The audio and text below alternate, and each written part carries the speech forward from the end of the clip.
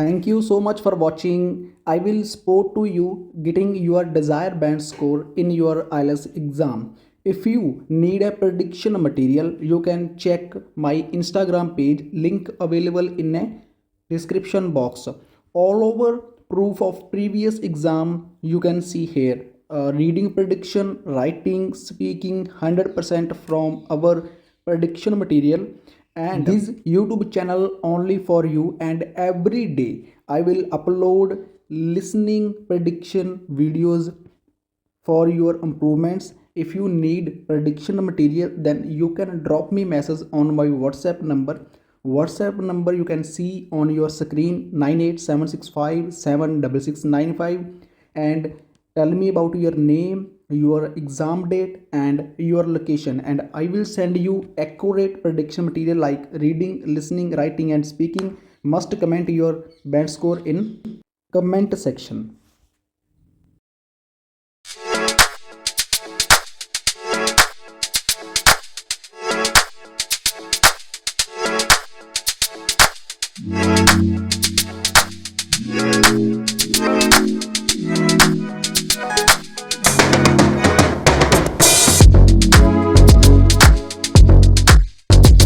Student and a librarian about using the city archives.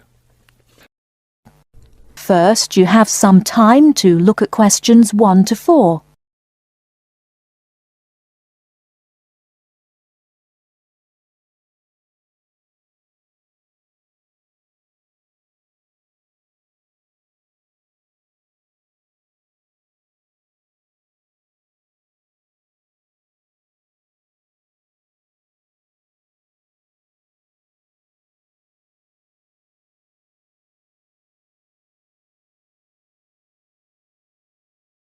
Now we shall begin. You should answer the questions as you listen, because you will not hear the recording a second time. Listen carefully and answer questions 1 to 4. Hello. I was wondering if you could give me some information about using the archives? I'd be happy to. Are you a resident of the city? Actually, I live just outside the city, but I study at the university downtown. That's fine. All you need to do is show your university identification card, and you can use the archives at no charge, as long as your ID card is current, of course. Yes, it's valid. So I don't have to pay anything? No, city residents pay an annual fee, but students can use the archives for free. Everyone else needs to get special permission from the director, but that doesn't apply to you, of course. Oh, good. I was also wondering about the schedule. I have classes every day, Monday through Friday, and I also have a part-time job, so I could really only use the archives on weekends. That's not a problem at all. We're open all weekend. Actually, the only day we're closed is Monday, so you can come any day, Tuesday through Sunday. Are you open in the evenings? Yes, we're open from 9:30 in the morning until 8:30 in the evening. That will fit my schedule well.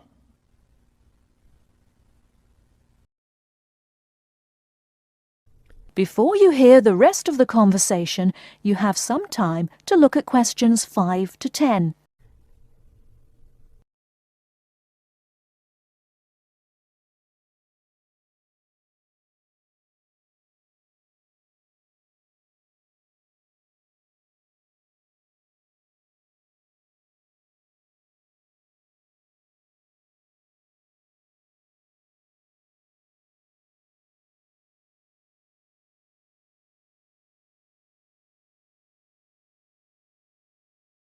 Now listen and answer questions 5 to 10. Is there something else I can help you with? Yes. One thing I'll be needing to see for one of my class projects is old photographs. Do you have photographs of the city in the 19th century that I could look at? Yes, we store all the photographs in the basement. Those stairs over there will take you down to the photography collection. Just tell the librarian there what you're interested in, and he'll help you. Those would be 19th century photographs? Yes, the entire collection is there. Now, if you're interested in seeing documents from the 19th century, those are right here on the ground floor. I would like to see some of those documents. Does that collection include newspapers too? No, all the newspapers from the earliest ones in the 18th century up to the current time are on the second floor. Here, let me just give you this map of the archives and you'll be able to find whatever it is you need. Thank you. Oh, I see you have a whole room devoted to maps. Yes, on the third floor. That's great, because one thing I need to do is look at how the city has developed over time. I'm sure you'll find a lot of helpful information there. Of course, some of the maps are several centuries old, so generally visitors are only allowed to see photographic reproductions of them. That shouldn't be a problem. What's this on the fourth floor? Ogden's Woolen Mill. As I'm sure you know, Ogden's Woolen Mill was the major entity responsible for the growth of this city in the 19th century. The Ogdeniers gave money for the archives to devote an entire floor to information about the history of the mill. Will I be able to find information about the Ogden family there? Photographs, personal papers, things like that? Probably the family photographs are stored downstairs in the photography collection. The personal papers would be on the fifth floor, where we keep all the personal papers of famous residents of our city. Thank you so much for your help. I'll be able to do a lot of my research here. That is the end of part 1. You now have half a minute to check your answers.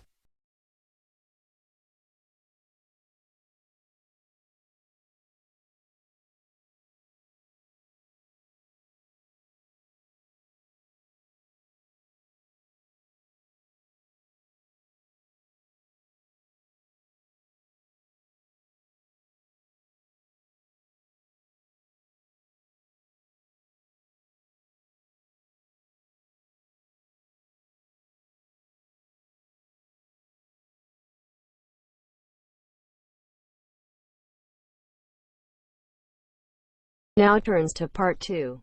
Part 2. You are going to hear a conversation.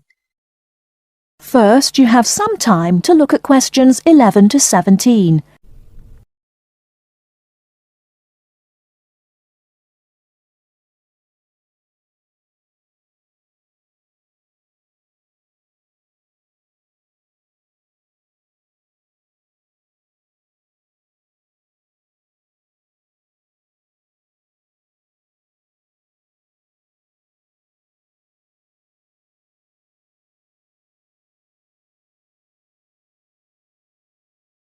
Now, listen carefully and answer questions 11 to 17.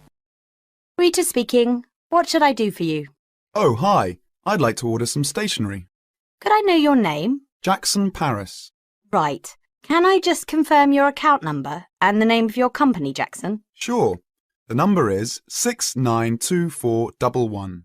692411. Right. And you're from Rainbow Computer? No, the company is Rainbow Communications. Oh, OK. I'll just fix that on the system. Communications. And what would you like to order, Jackson? Envelopes. We need a box of A4, that is, normal size envelopes. White, yellow or manila? We'll have the plain white, please, but the ones with the little windows. OK, one box. A4, white. Just one box, was it? On second thoughts, make those 2 boxes. We go through heaps of envelopes. As a matter of interest, are they made from recycled paper? No, you can't get white recycled paper. The recycled ones are grey, and they're more expensive, actually. Right, we'll stick to white then. Something else, Jackson? Yes, we need some coloured photocopy paper. What colours do you have? We've got purple, light blue, blue, light green, whatever you want pretty much. There are 500 sheets on the pack. Let me see. We're going to need a lot of blue paper for our new price lists. So can you give us 10 packs, please? Make sure it's the light blue, though. 10 packs of the light blue. Anything else that we can help you with? Let me think. What else do we need? I'm sure there was something else. Pens, paper clips, fax paper, computer supplies, office furniture. Oh, yes. We need floppy disks. Do you have those nice coloured ones? Yes, but they're a bit more expensive than the black ones. That's all right. I'm not paying anyway. Right. Floppy disks. What about diaries next year? We've got them in stock already, and it's a good idea to order early. No, I think we're all right for diaries, but something we do need is one of those big wall calendars. You know, one that shows the whole year at a glance. Do you stock those? We certainly do. OK, can you include a wall calendar then, with the other stuff? Just make sure it's got the whole year on the one side. Sure. Before you hear the rest of the talk, you have some time to look at questions 18 to 20.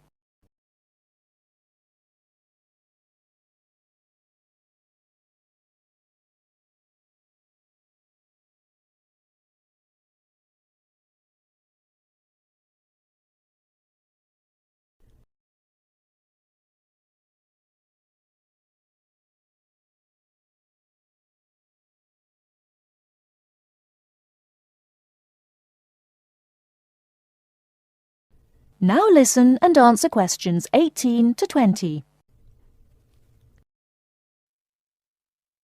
And do you have a copy of our new catalogue? No, I don't. But would you send one? Yes, I'll pop one in with the order. You'll find it a lot easier to remember what you need if you have our catalogue in front of you next time. Yes, good idea. And when can you deliver this? Should be with you tomorrow morning. Can you make sure that it's not after 11:30 a.m? Because we have to go out at 12. There's only myself here on Fridays. Fine. I'll make a note in the delivery docket that they should deliver before 11:30. Thanks very much. Thanks. That is the end of part 2. You now have half a minute to check your answers.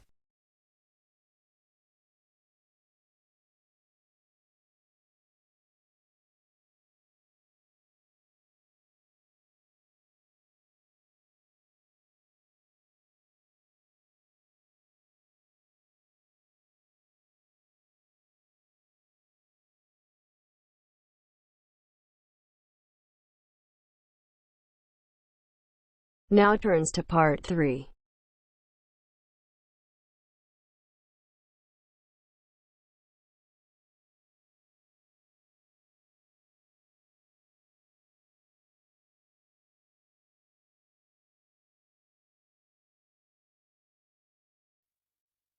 You now have 30 seconds to read questions 21 to 28.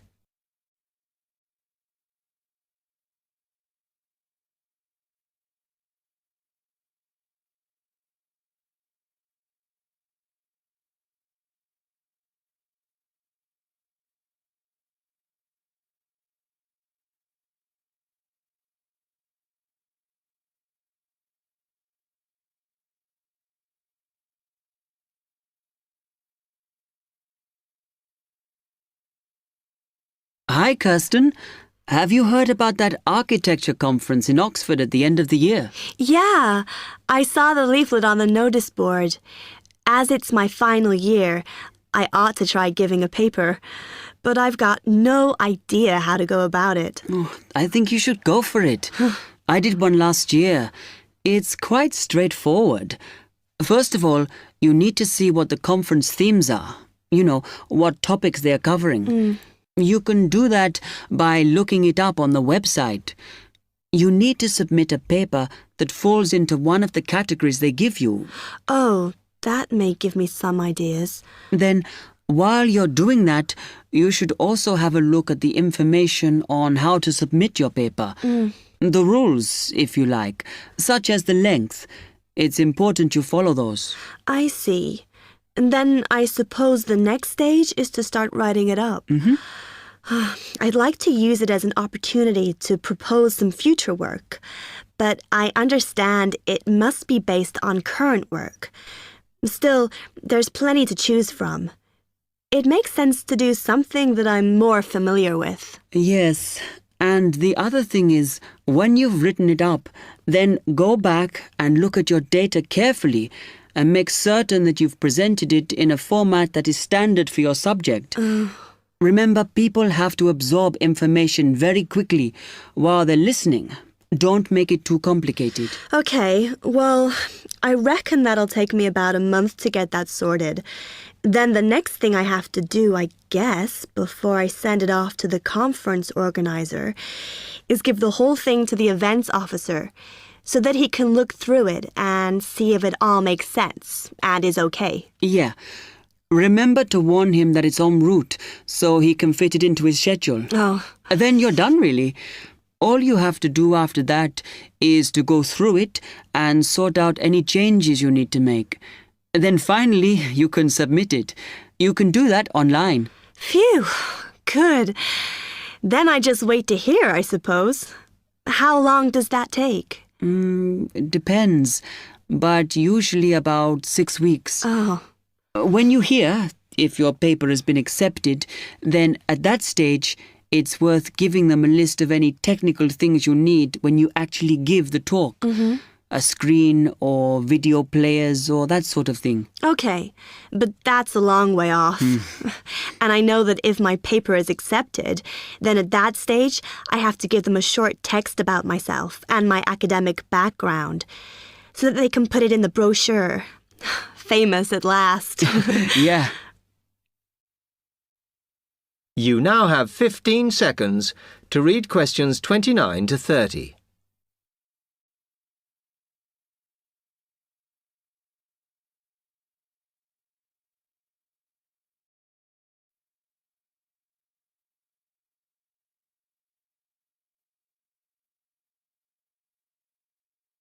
Right, well, I've got to get a couple of things sorted if I'm going to get this paper completed. Have you got enough data? Possibly. I'd like to reinforce some of it, though, so I thought I'd send out some more questionnaires. I was looking at that thesis that Angela wrote last year, and she said you need a sample of over 100 to be sure of your results. I think some of this year's postgraduates are doing some of the same stuff as you on buildings. Why don't you talk to them? I'll end up getting confused. It would be more useful for me to actually go out to that site by the rail bridge to see how they're building the new factory. Oh. I managed to get hold of Professor Barnett at London University, and he said I should go out and take pictures. I'm pretty busy, but I'll have to make time. Anyway, what about you? That is the end of part 3.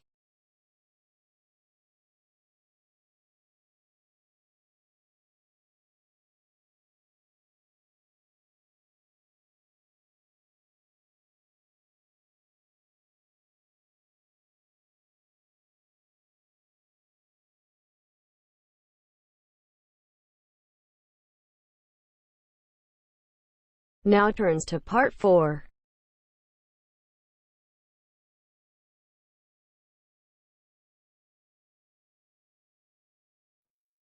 You will hear a wildlife expert giving a talk to a group of bird lovers in the UK about a species called the tawny owl. Before you listen, you have some time to look at questions 31 to 40.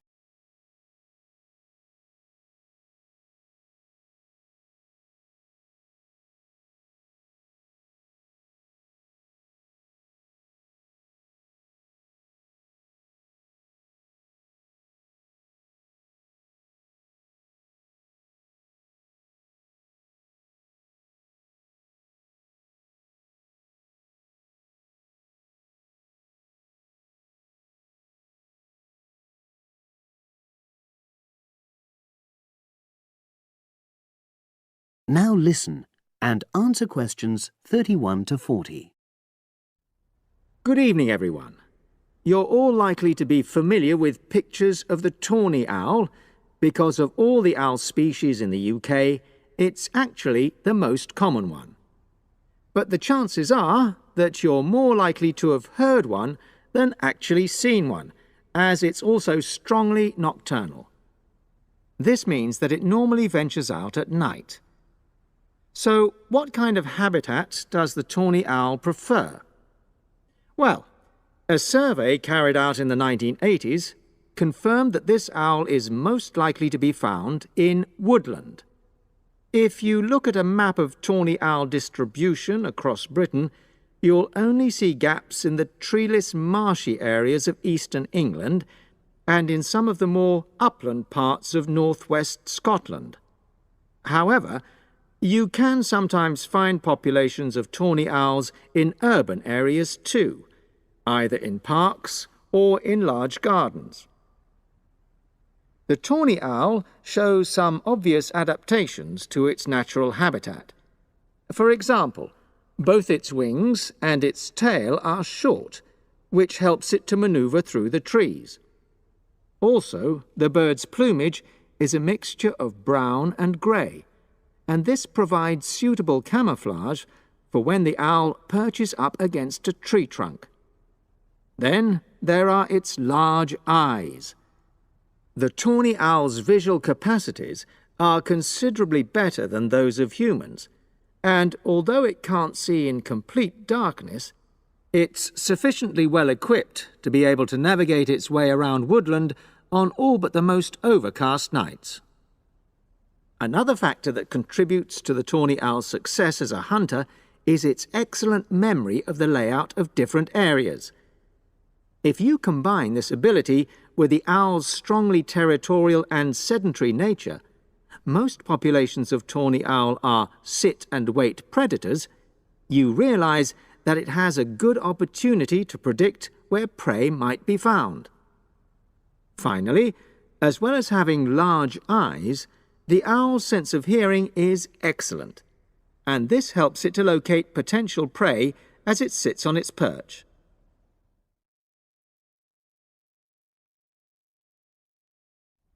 Turning now to the tawny owl's diet. Woodland tawny owls feed mainly on mammals, especially small ones, such as wood mice and bank voles. But they'll also take things like frogs or bats, or even fish, if they happen to be available.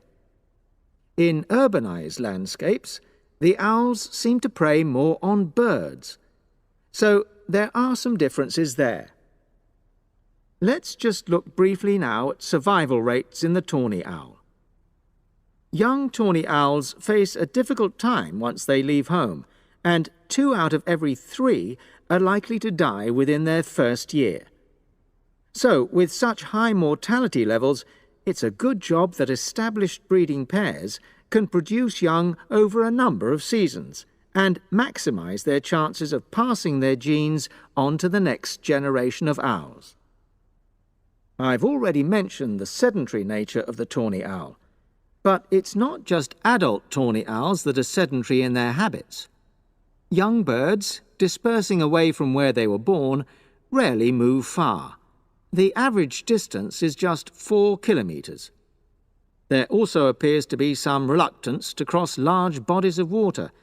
The owl is absent from many of the islands around our shores, with only occasional sightings in Ireland and the Isle of Wight off the south coast of England. Right, well, now I'll show you some photographs that have been taken in one or two of the